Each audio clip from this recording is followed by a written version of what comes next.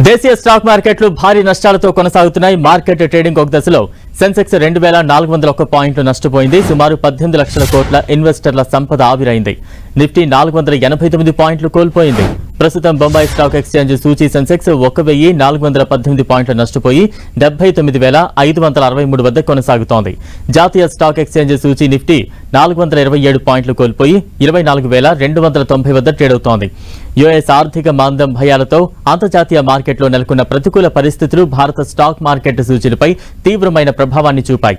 Japan, దక్షిణ Korea, Australia వంటి global మార్కెట్ల నుంచి సూచనలు తీసుకుంటూ యుఎస్ ఆర్థిక వ్యవస్థ మాంద్యం వైపు వెళుతోందనే ఆందోళనల మధ్య మార్కెట్ 6% వరకు పడిపోయింది.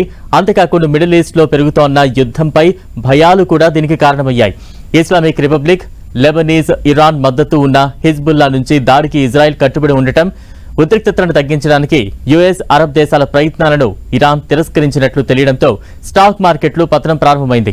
బలహీన ఆసియా మార్కెట్లు, యుఎస్లో మాంద్యం భయాలు, భౌగోళిక రాజకీయ ఆందోళనలు, దేశీయ మార్కెట్ వాల్యుయేషన్పై అసహనం, ఎఫ్పిఐ అవుట్ఫ్లో సోమవారం మార్కెట్ సెంటిమెంట్ను ప్రభావితం చేసే 5 అంశాలుగా ఉన్నాయి.